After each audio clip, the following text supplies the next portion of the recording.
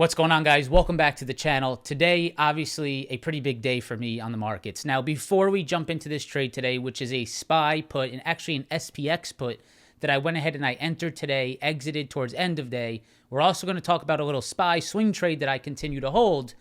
But before we jump into these trades, I want to preface this video. I want to make sure you understand that the trade that we're going to review, the SPX trade that I took today, was not my cleanest or best trade by any means. It's a big trade, it's a big number, and it's something that may have caught your attention and made you come and watch this video. However, I understand as a trader who is very tough on myself, which is what is required to improve and to learn from, this is no doubt one of my more sloppy trades. Now, the macro idea and the idea of where the market should head was absolutely 100% correct, and I take all the credit for that. I've been looking for this breakdown on the market since the beginning of this week, and I have been very, very persistent about this idea everywhere that you guys watch me or read my posts on, let's say, Instagram or on X. This is something that I have been looking for the markets to do over the last 2 trading days. Today, I am paid off for that macro idea and the proper analysis on the S&P 500. However, the trade and the intraday executions today definitely were slightly sloppy. However, that macro idea and my willingness to hold and sit through some drawdown is what kept me in this position and is what paid me off. So I want to make sure I preface this before we get into this trade. The profitability on this trade has a lot more to do with my understanding of the larger term, the macro idea, and the understanding and trust in that idea. That's what kept me in this trade. Now, the drawdown and some of the sloppy entries, which I will show you guys in today's video, is something that could be improved, that I should have improved better myself today as well, right? I could have done a lot better on that, and that's the honesty that I'm going to share with you in today's video. So hope you guys enjoy the analysis. I want to share with you why I thought the market could drop today, why I was looking for it to fall lower, and why I was entering this position today for that opportunity. Press that like button, subscribe to the channel. Let's go ahead and jump into the charts. So guys, to kick off today's video, I want to go ahead and give you that bigger picture idea of what I was looking for on the markets this week. This week, we started off the week with a major downside move in the future session on Sunday evening. We started to see that development start to come in. We started to see that big downside come in. And Monday morning on the pre-market live stream, if you guys come to these live streams, I talked about the bigger trade potentially being the grind higher that could turn into a bear flag, a dead cat bounce that would cause that next leg lower in the market. You can go to my live stream on Monday this week and you will find me talking about this opportunity, this possibility that I would be much more interested in than potentially trading the market back to the upside. I talked about how we can let that market trade back to the upside, let it grind to the upside, suck in some people looking for that pullback long, that dip buy opportunity, but let's make sure we keep that idea and keep that mindset on where this bounce could reject and where that next short opportunity could come in very aggressively. And here on X, on Twitter, it's a great place to follow me. I'll go ahead and post some updates once in a while on what I'm looking at. And you can see here, this was yesterday, or August 6th, around 3 o'clock yesterday, I started to see that the market was trading higher back into the 100 SMA on the SPY ETF, back into this 529, 530 level.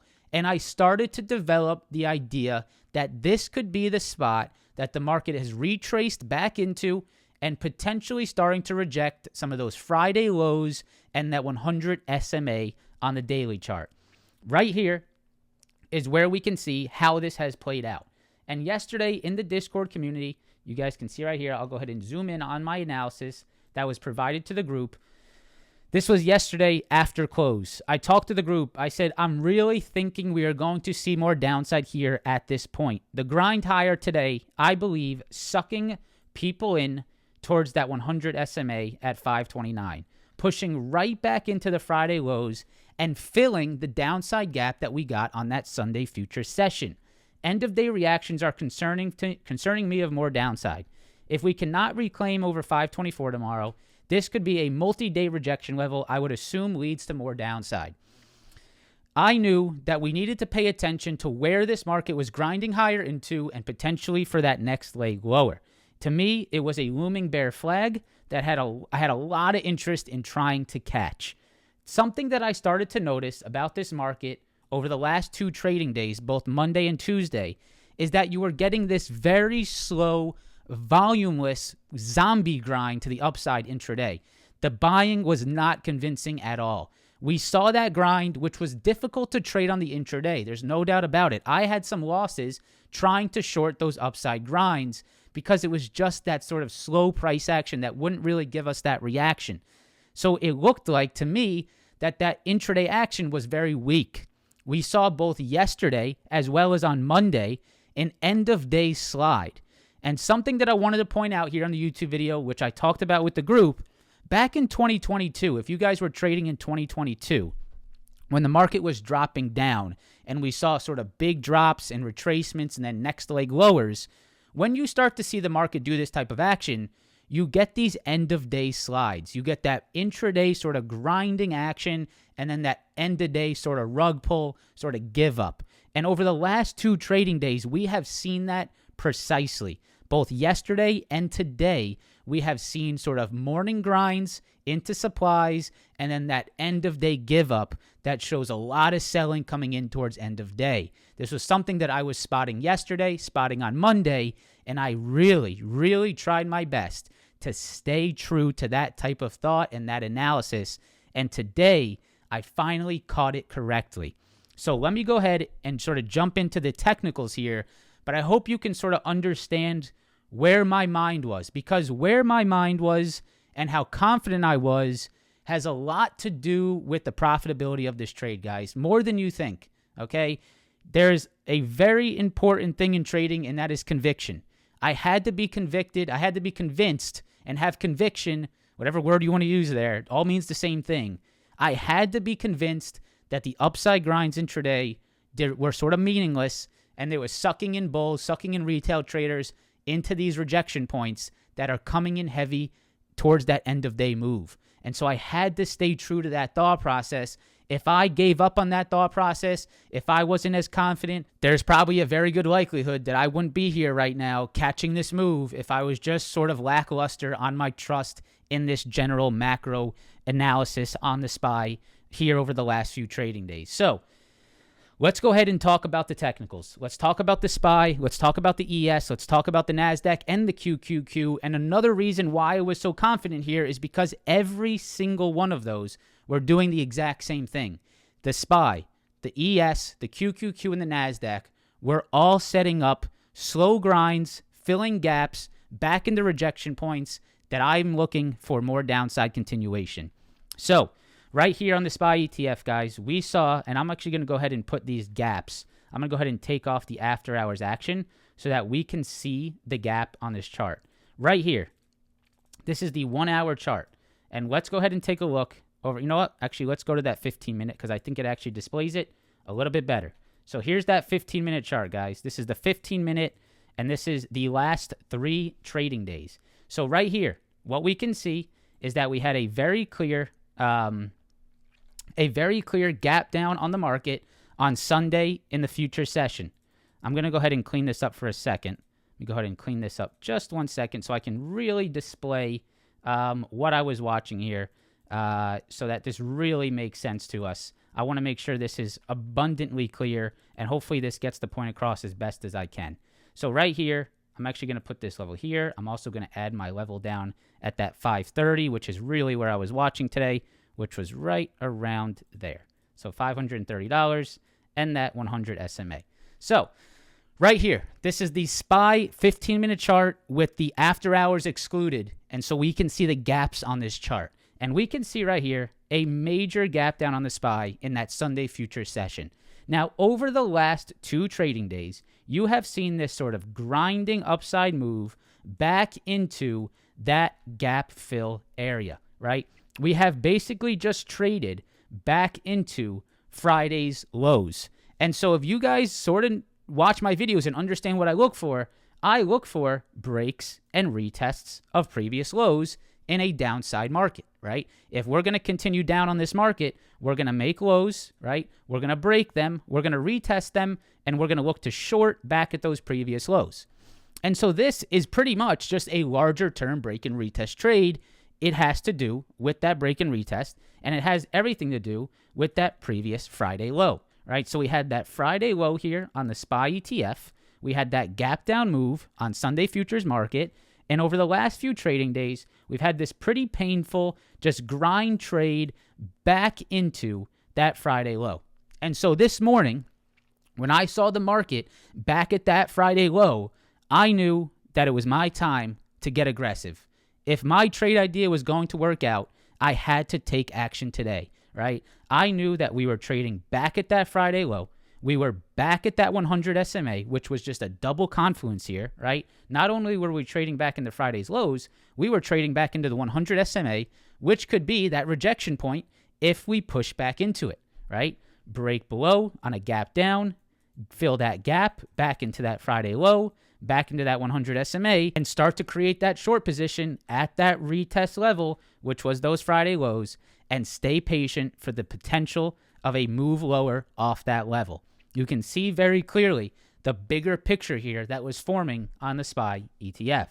If I go to the QQQ, this is the exact same analysis. So I'm going to go ahead and do this, and I'm going to show you what the QQQ is doing. And it is the exact same thing, right? And so this is why I was getting so confident on this trade idea. You can see right here we had that Friday little rejection point around 449, 450 area, right? We can see that very clearly. We had that gap down on the futures market. We had that gap down starting Monday morning. Over the last few trading days, we've grinded higher with some really slow, and I mean really slow, crappy price action, and we went right back into that Friday rejection point, and I started to spot that rejection coming in today as well. Same exact analysis as that ES, as that SPY. Let's go to the NASDAQ. Here's the NASDAQ futures, and we can see that this will show us where that futures market did drop, and I'm going to go ahead and clean this up. Let me go ahead and make this a little bit cleaner and just take away some of the intraday levels, because those levels you're looking at on my chart were just like intraday levels that I was paying attention to. And so we can see here around that 18,500 level, we saw that previous rejection here on Friday, right? We saw that gap down in the futures market. And over the last few trading days, we pretty much just grinded higher on a shitty grind right back into those Friday rejection points. And we started to see the weakness come in, right? Same concept here.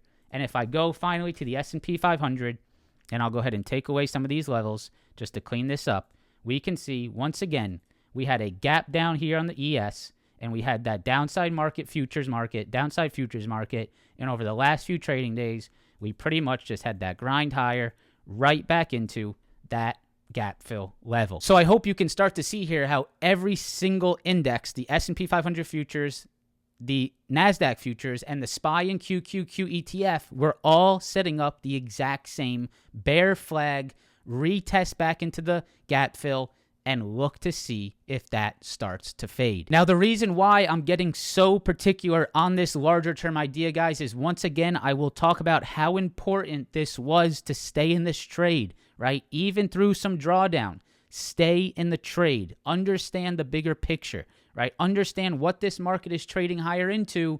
Understand that intraday action, because if you guys have been trading intraday over the last 2 trading days, I would be shocked if you would disagree with me when I say that the action has been very slow and very weak to the upside with very low volume, right? That was a very clear characteristic over the last 2 trading days. And that type of information, absorbing that information, understanding our levels, understanding where that gap fill is and where it could reject, was so key to profitability on this trade. So with that said, guys, let's go ahead and show you the positions that I took. Let's talk about the positions that I'm still currently in, and let's sort of break down the performance of this trade, and then we'll dive deep into that intraday action, right? We started with the macro. We started with that larger term idea. Let's show you now the positions, and then after that, let's dive down into today's action that showed me where I needed to stay in this trade, right? What was my stop loss? Where did I want to see the market stay below? And then where did I really start to see this start to work, right? What was that point today that I said, okay, I think this is finally it. I think we're going to potentially start to see this downside move. So you can see here on the left side, guys, this is my broker. You guys are very aware of that. Today, a $73,000 day On SPX alone, about $59,588. On Tesla, about $11,000. And I'm still holding 5 contracts on Tesla overnight. It's up about 177%. Talked in great detail about this Tesla short position on the live stream, the idea behind it. Congrats if you caught this as well. But the SPX trade, about a $60,000 trade. And over here on E-Trade, you can see I am also still holding 30 August 9th 525 puts. Those are up about $14,000. Those are up about 140% into the close today. And I'll go ahead and show you exactly where I took this trade with the group here in the Discord community. You can see yesterday around 3:30, I said I'm going to go ahead and swing some SPY August 9th 525 puts. The idea is that it's a major retest of 18.5, the 100 SMA on the SPY at 5:30, and I'm going to look to hold these through the rest of the week. This was posted right for the group, and that trade is right here, up 140%, up about $14,000. So if you combined both the SPX trade from today and the SPY trade that I'm currently holding, about a $75,000 profit today alone over the last, over these trades on the downside idea that I created on the SPY and the rest of the market, really. So those are the trades that I'm in. Now, I want to go ahead and show you and talk about how I could have done better here, right? Let's talk about how I could have done better, and then we'll break down that intraday action. So let me go ahead and now pull up TradeZella, and we can show you exactly where I was entering and exiting the SPX put option today. All right, guys, so here is TradeZella. You can see that $58,000 profit. Net ROI was about 76% on this trade. Peak of the contracts that I were holding were up about 500, 600%. So if I didn't scale out at any point, obviously this would have been a monstrosity trade, but I can tell you with SPX and how it trades, there were times where I was up 20 grand and then back down 10 grand. There was points where I was up 30 grand and then back to break even within minutes, right? So there was a lot of emotion that I had to control during this trade, and I know that I'm trying to work myself through this, right? Guys, understand I am not some kind of prophet, and I definitely mess up at times, and this is stuff that I'm doing for the first time, and I'm sharing my experience with you. So before you go ahead and roast me about some type of bad entry down in the comments, understand that this is my first time getting into this type of size position, and I'm working through it myself. For you to get to this point, and for anyone else that you know that gets to this point, they have to work through it just like I am. I'm the one sharing it. I'm the one being transparent with you and sharing my journey. A lot of people aren't. So just understand this is what it's going to take, and this is what it's going to take to fine-tune to trade at this level and to potentially, get to this point on a more consistent basis. If I want to take a $60,000 trade on SPX and trade this type of size, well, I'm going to have to learn to control my emotions during this type of trade. And so this is just me sharing with you and trying to get across, my journey here as a trader. So you guys can see I had about $58,000 profit. At the peak, I had about 220 contracts. That wasn't all at one time, but I was in and out of this position. The most that I had in this trade, it looks to be about $75,000. The P&L was about $58,000. And the commissions and fees, obviously, thanks Interactive Brokers, about $570 on my position. Now, you can see, right, this generalized entry point was the idea for me today. It was, and it always was going to be, get an entry point and average into an entry point on the market for downside. These entries could have been more precise. They could have been better. There was moments that I was in drawdown, and my peak drawdown was $28,000. So let me make that very clear. My peak drawdown was $28,000. Okay, so for me to make 60 grand, I had to be down 28 grand. This is something that I'm going to have to get comfortable with. But I knew that my idea was remaining valid with some of the technical levels that we're going to talk about in just a second. So you can see the entry was a generalized entry. It was a get short, up at the highs, up at the 530 supply, up at that 100 SMA, stay short under that 18,550 on the NASDAQ, which I'll show you in a second. Get short around this area, scale into this trade over time. Don't just get one entry and look to see if this fade does occur. It's more of a larger term idea trade, and I got to get that across as much as I can. This was not a exact entry point here, exact exit point here. This was a look for that 1 hour, 4 hour break and retest, gap fill rejection type trade. And it was difficult to find the exact entry to not sit in some drawdown. But this is where, my generalized entry was up around that 53.30 on SPX, up around that 53.20 area. All in this area is where I was sort of entering as the market was trading. And you can see I was starting to exit around 1 o'clock, 1:30 for that profit. Of course, right, went down a lot more, but I was very happy with that profit there on this trade. So, with that said, let me go ahead and dive into the market today, dive into the NASDAQ, and get you an idea of exactly what I was watching on the intraday that got me or kept me in this trade.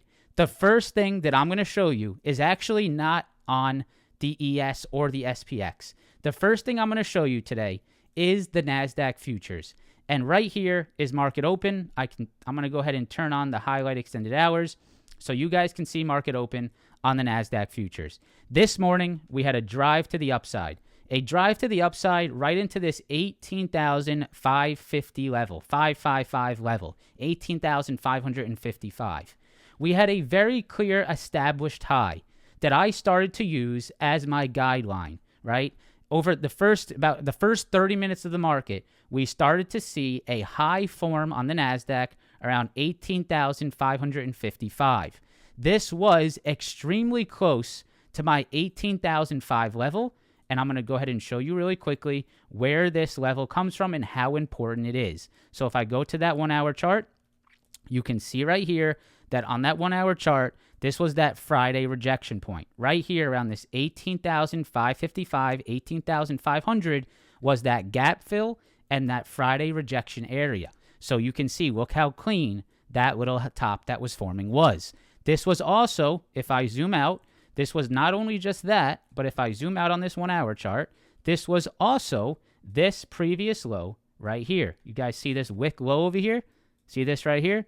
$18,556, $555. So I saw that wick low that corresponded to this rejection on Friday and was near that gap fill level. And when I saw this on the intraday today, over the first 30 minutes of the market, right, I started to spot that rejection was starting to come in. So I started to aggressively add into my put positions, right? Lining that up very clearly. I'm going to go ahead and pull up TradeZella, right? Lining that up with the SPX, right? Failures that was going on. So you can see around that same time frame, if you look at the bottom and the top, right? Around this same time frame is where I was really aggressively adding into my SPX put options because I knew that I could use this NASDAQ high as my ultimate stop, right? I started to be able to formulate that if we get above that level, I'm going to have to cut this trade. I'm going to have to take about a $20,000 loss on this trade. But I started to be able to use this level as my guideline, right? And so that was very nice, and I was starting to gain confidence, right? This is when I started to really get in. When I started to see this thing fail, I started to really get into this position. This is the same thing on the QQQ. Right here on the QQQ, if I go ahead and include the after hours action, let me go ahead and do that right now. If I look at this QQQ, right, take a look at the morning action on the Qs. Right here at that 449.35 level, look at the high that started to really show, right? So now I can use that high as my guide, right? I can have a trade plan. Okay, if we get above this, I got to accept my loss, but I'm going to start getting real aggressive here, right? Because I know that the QQQ is not only rejecting that level, right? But look at what else it's done in the past, right? Look at these rejections here. Look at the rejections at the same spot. I can start getting very aggressive here and look to see if that level fades the same way it faded here and the same way it did it again right there, right? Very, very clean on the hourly chart there. And then when you drop it down to the short-term time frames, you can vividly see how the weakness was stepping in at that level today. If I go to the ES, same exact thing. Right here on the ES, you guys can see right here. See this ES gap level? The low of this candle was 53.57. So the low of this candle, 53.57 on the ES, that's where that gap started, right? And so let's go into today's price action. On the ES, 53.57. look at what was starting to form there on the S&P 500 futures. Right in the open today, we had that drive into 53.57, rejection, on another push to the upside, rejection, right? And so I said, I'm starting to see this as clear as can be.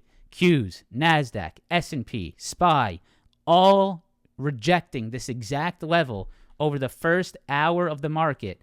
And don't get me wrong, guys. There was times where I was heavily doubting my position. There was times where I was heavily concerned about this just sort of squeezing and breaking out. And I knew that if that was going to happen, then I would have to take a heavy loss. But you guys have seen my performance so far this year. I was sort of in my head. I was saying to myself, you know what, man? You know how to make 20 grand. You know how to make 30 grand. You know how to make 40 grand. Go ahead and take a little risk here. Because if you catch this correctly, this could be a massive trade. And this could be that sort of next level that you're trying to reach, that type of size, right? Try it. Take a shot. Shooter's got to shoot, right? That was my mentality today. So I saw this coming in as clear as can be, and I took my shot when you saw everything, the ES, the QQQ, the NASDAQ futures, all rejecting that exact gap fill level, all lining up perfectly together this morning, and I started to formulate that generalized short idea. Now, the next thing I want to talk about is what I could have done to avoid the drawdown, right, and stay a little bit more disciplined here, and that was to avoid this morning shit show, and that's really what it was, and just short the 530 level, which was my big idea on this trade. It was to fade 530 and that 100 SMA right here. And I want to show you where I could have done better and just avoided the drawdown early morning. And I was definitely anxious to get in this position this morning, guys. There's no doubt, right? I was sort of telling myself, just get in, start entering it. Don't wait for that perfect confirmation. Just start taking the position and use some of these levels to just sort of guide your trade. Was that the right idea? Probably not. Is that a little bit of emotion and sort of that human aspect? Absolutely. Can it be improved on? Absolutely. So yesterday we saw that 530 rejection on the SPY, right? That was the high of day that really caused the downside move. Now, if we zoom into today on that 2-minute chart on the SPY, and I'm going to go ahead and show you where this sort of set up, you guys can see right here, the morning was plagued by crap. It was a crappy sort of low volume back and forth above and below 530. We went up to it. We broke above, we failed back below, we got back above, we held it, we failed back below, right? It was garbage at 5:30. However, look at what happened around 11:30 today. Look at this break and retest and this failure right here. If I would have just waited, right, a little bit, not gotten involved, and I will say I took an entry here for that same trade, it faked me out, right? Look at this. Break, retest, rejection, 530. I took this trade. You guys know in the voice chat, I took this trade. Got faked out of it, right?